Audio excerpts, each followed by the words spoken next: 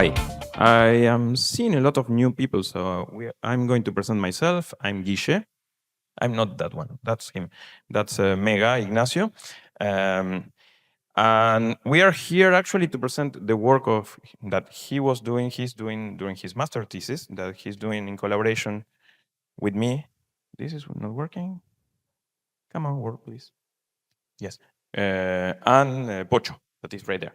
So, um, well, myself. If you are local, you know how to pronounce my name. I'm Guille.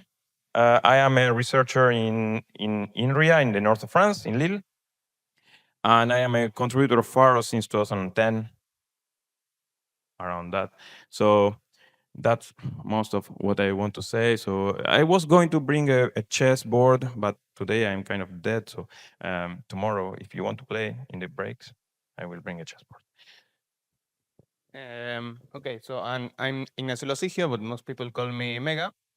I'm currently working at Salesforce, and as Gisha said, I was like six months, half a year in Lille, working in Faro, in the VM, in this stuff and some other smaller like bug fixes. In general, I like programming languages, like runtimes, like everything related of everything related with programs that think and talk about other programs. And I do like bird watching a bit, but I haven't bring any birds here, so we are safe on that side. I will take 2 seconds to thank Gabriel. For those that took a look at the schedule, probably you saw that Gabriel was speaking. We are not Gabriel. So we had to cancel our talks because Ignacio is only here today. So if you want to talk to Ignacio, today is your day. And so let's go to the talk directly.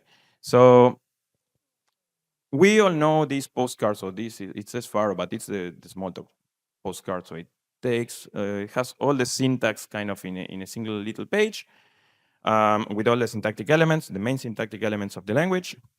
And what we see here is that what we can do is to call user-defined operations by sending messages. We have also control flow, sending messages, and we have kind of what in other languages are usually operators defining the language. It's also messages for us. We have reflection also. So here the perform, for example, it's also a message. So actually, all of these are messages. And we're told actually when we are learning Smalltalk that everything is an object. But actually, most of the things that we do when we execute Smalltalk code is to execute messages. So everything is message. So crash course of messages. Here I have an object. It's a color rectangle. It's here.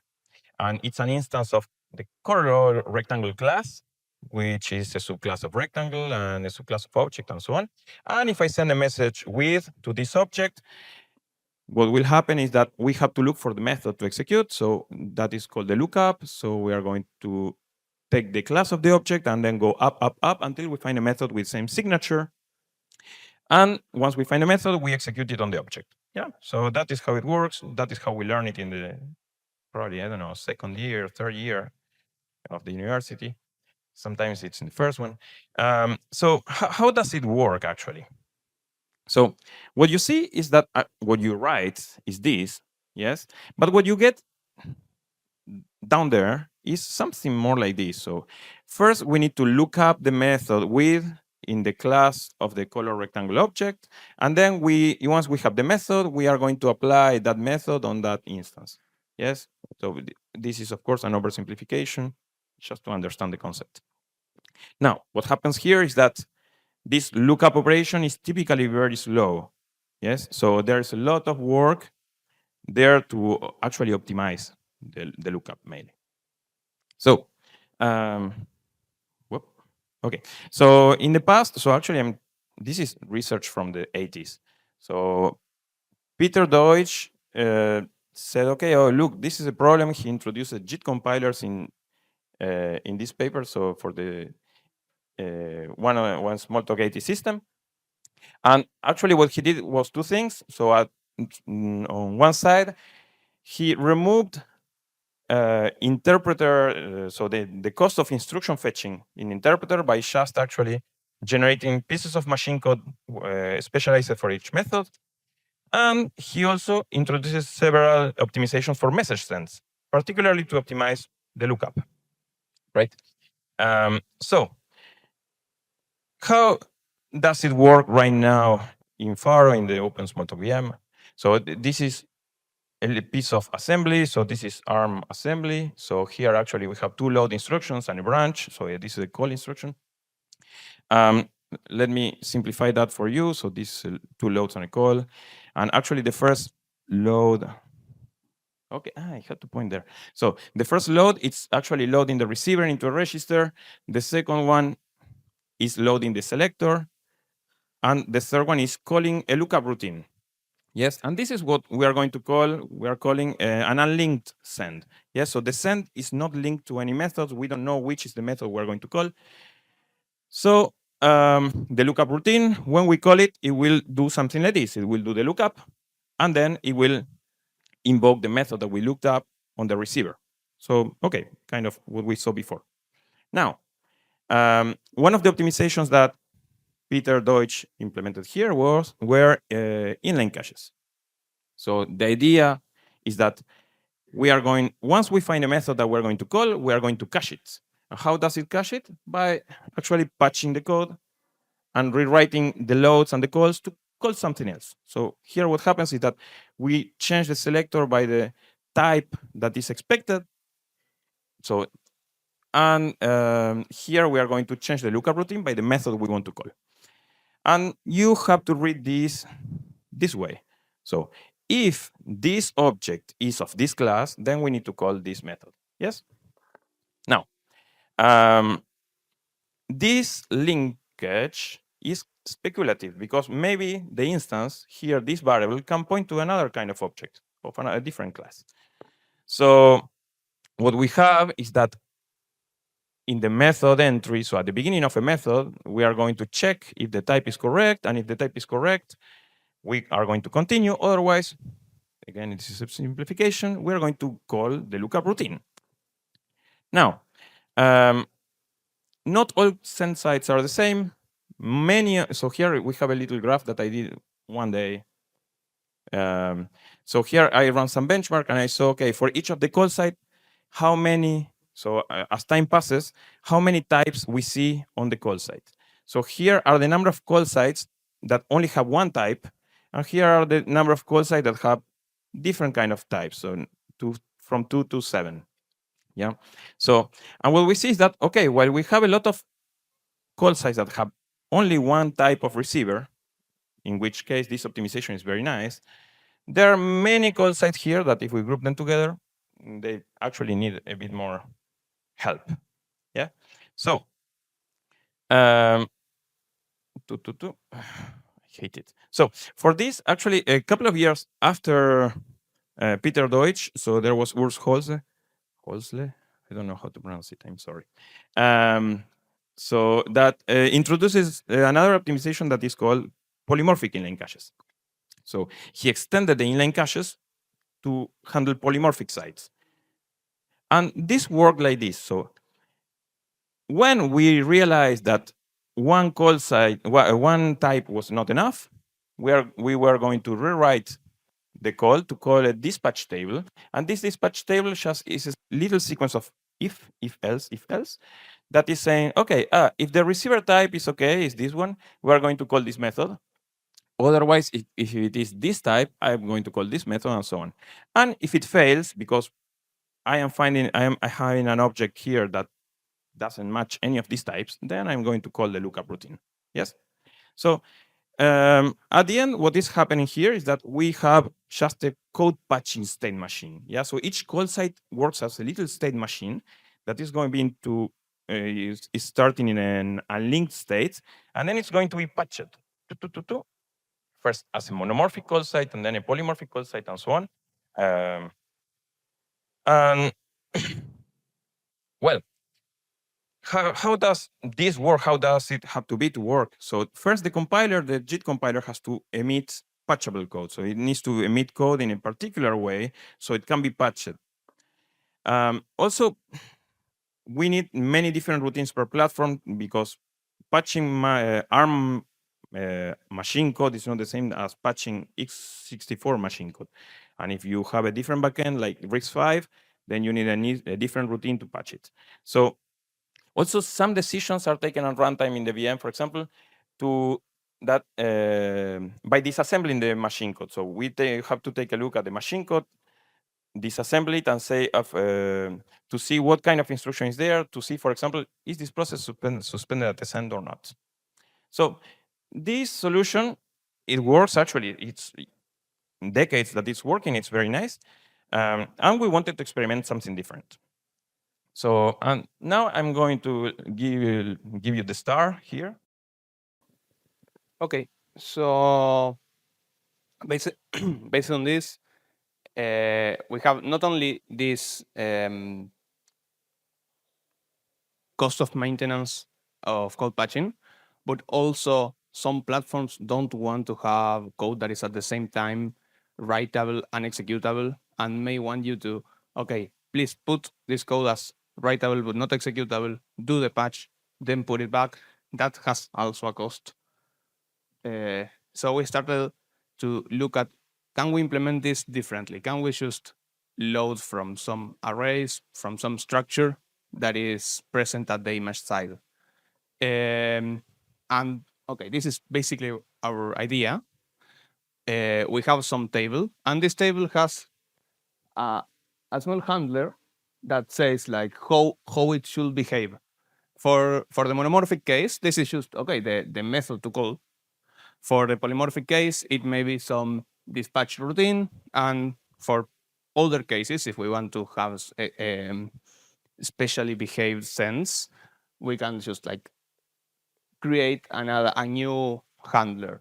After that, we have a series of payloads, and for the simple case, these payloads are exactly the same kind of thing we had before. Instead of loading from a place in the machine code, we load from the table the class descriptor, and we load from the table the destination to jump to.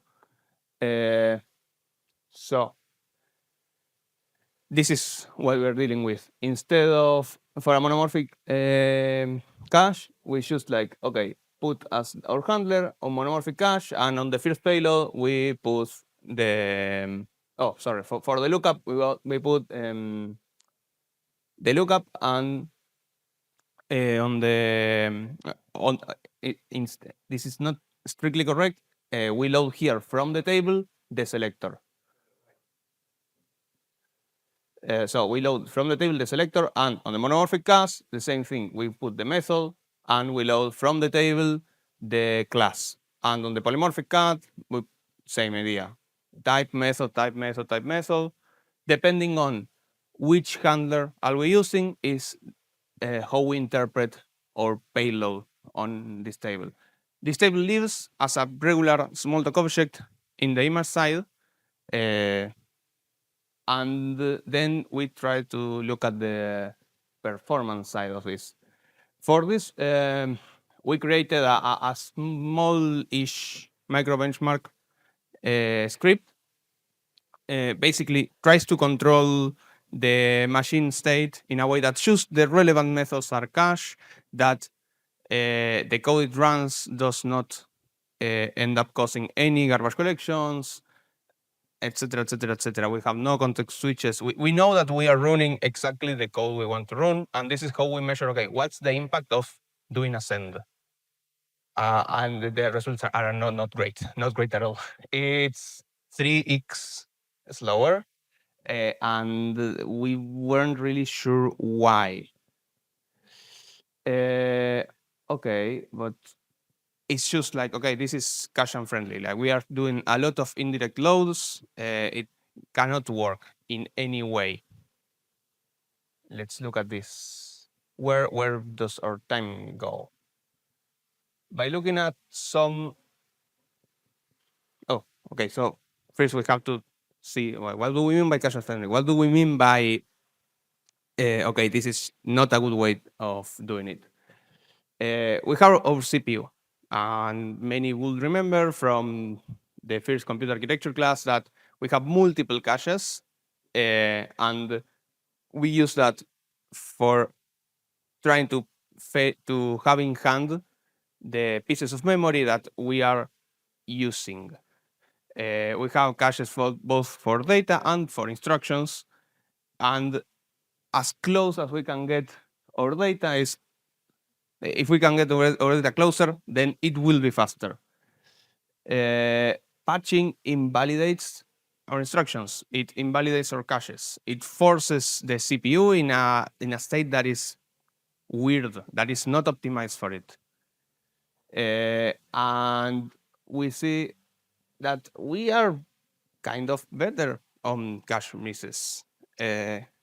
We are not doing as much stuff if when we don't cold patch. Not only because we are not doing cold patching, but also because we are not doing the round trips to the operating system to say, okay, I don't want to cold patch. I want to cold patch this. Please put this piece of memory so I can write to it. Please push it back so I can execute it. It's doing a bit better, but we are still slower. So why are we slower? We can look at the next class in computer architecture, and we look at pipelines. So we have our fetches, and our processor can divide the work that a given instruction has to do in multiple steps, and we can queue and go multiple instructions at a time and kind of parallelize some parts given that we have enough resources in the CPU. But this has an issue when we have a jump and we don't know where we are jumping.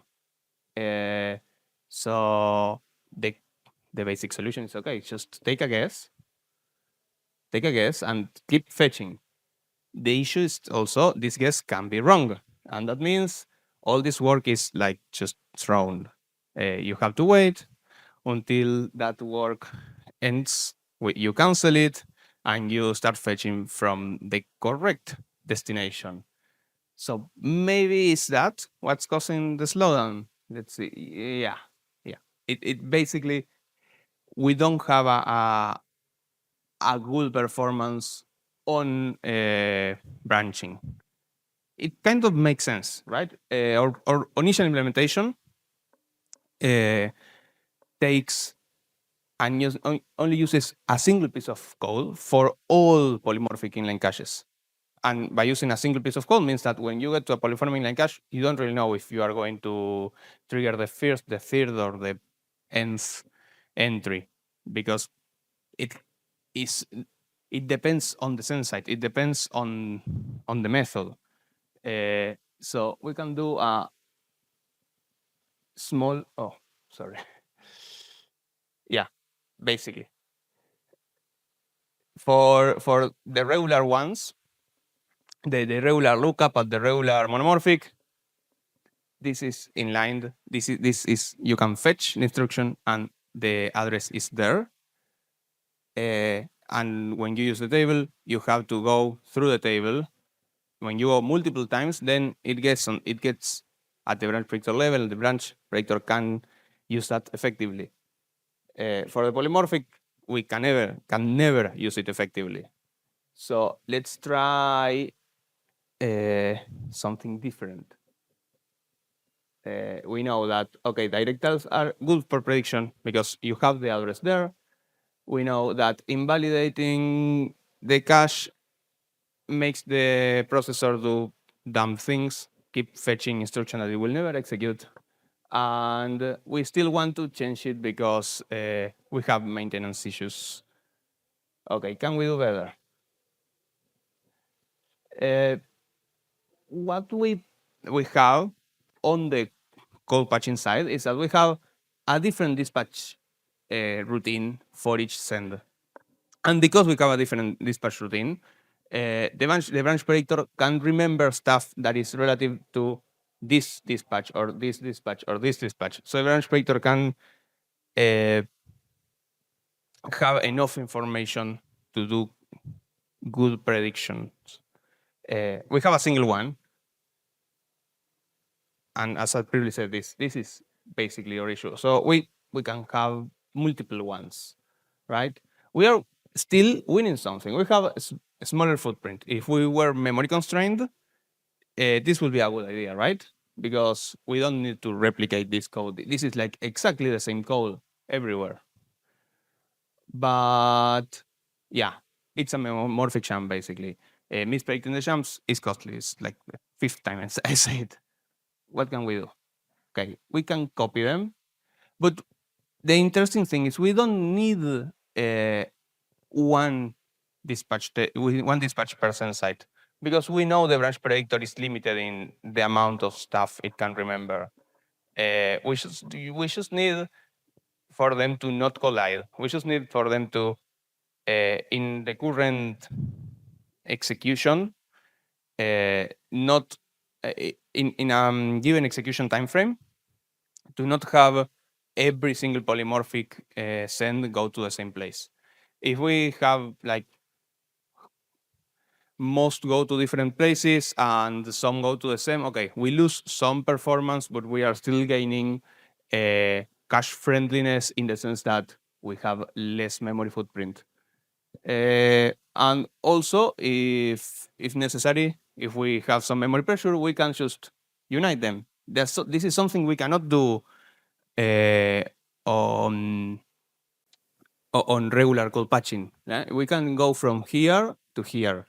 It's just like by writing some piece of code in the garbage collector, and okay, we are memory pressure. Just unite everything. At some later point, we can get there and get better performance. So we have some flexibility there. So next, we finally did the experiment. 250 staffs allocated round robin. So that means when someone requires an inline cache for a polymorphic send, we send them the first one. When someone else requires it, we send the second one, the third one, up to 251. Then we go back to the first one. Now the impact is like 30-ish%, and that makes sense. It's not the best, but it's better than like 30x. Okay, that's where we're at.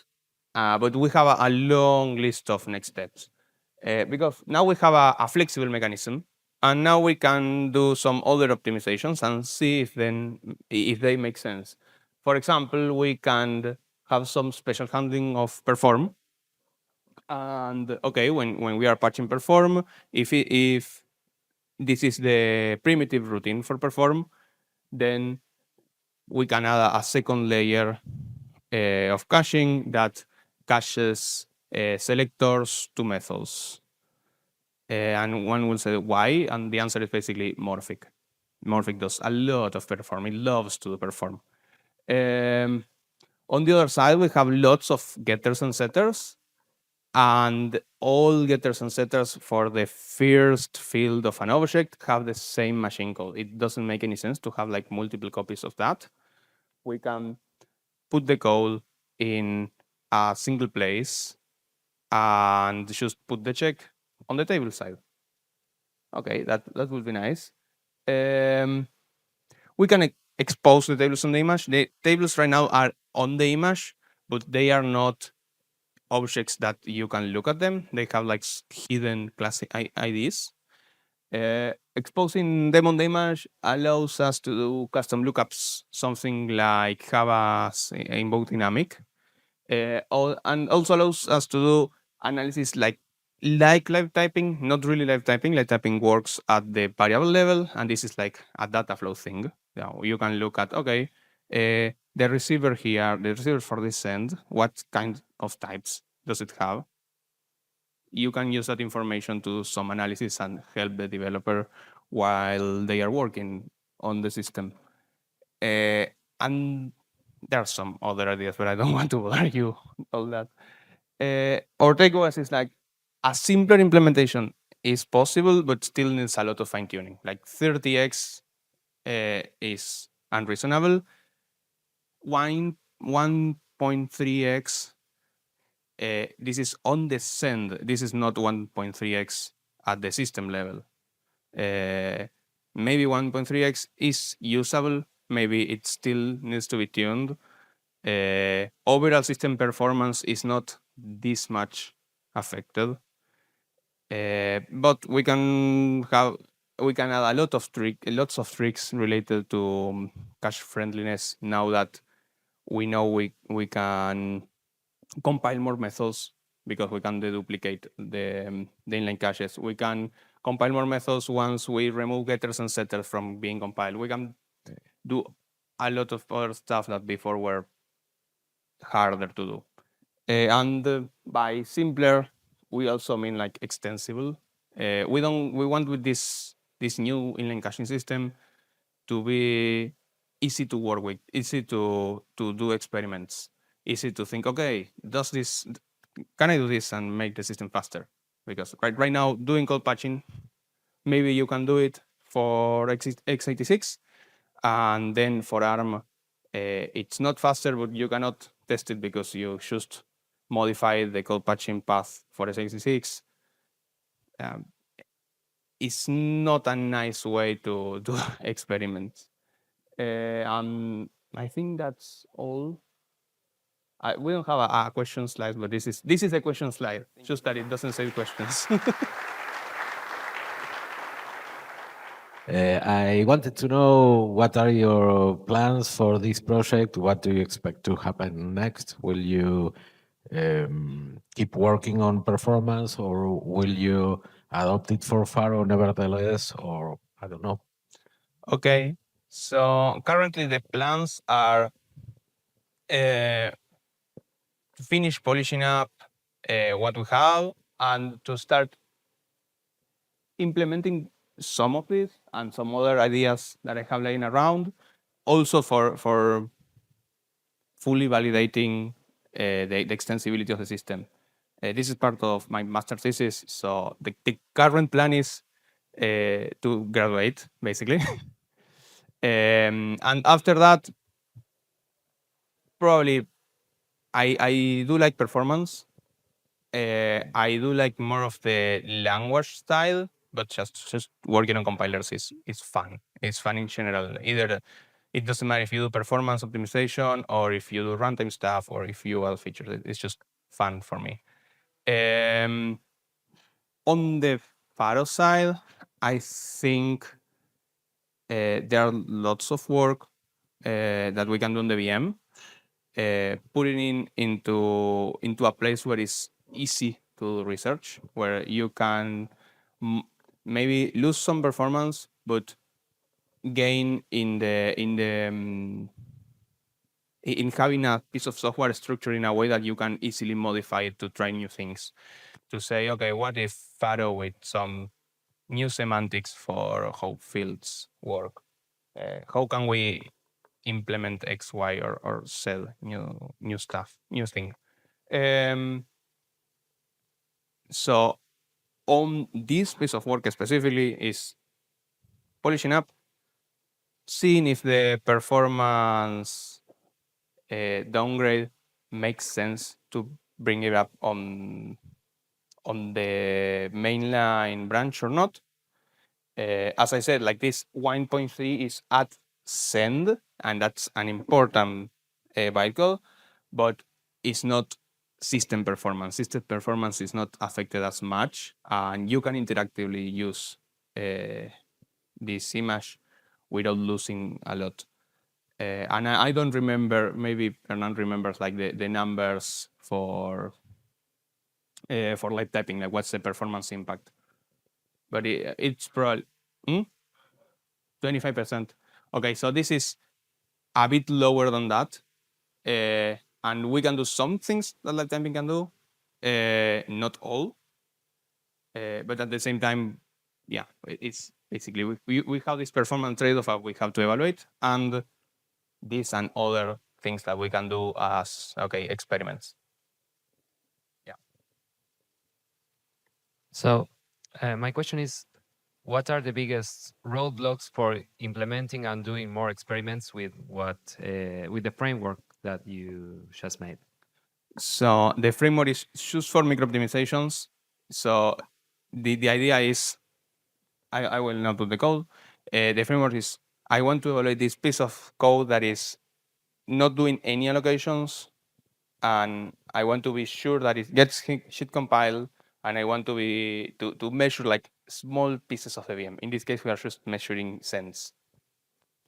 The roadblock is this is not representative of a system, and currently we don't have lots of workloads that we can test and say, okay, we have this workload. This takes 5 minutes. We can gather an execution trace, see where it's going fast, where it's going slow. That kind of analysis, we are not at that level yet. Basically that, and the framework was explicitly for like micro measurements of VM things. It's not useful for measuring code, just measuring, okay, how much does write into a field cost.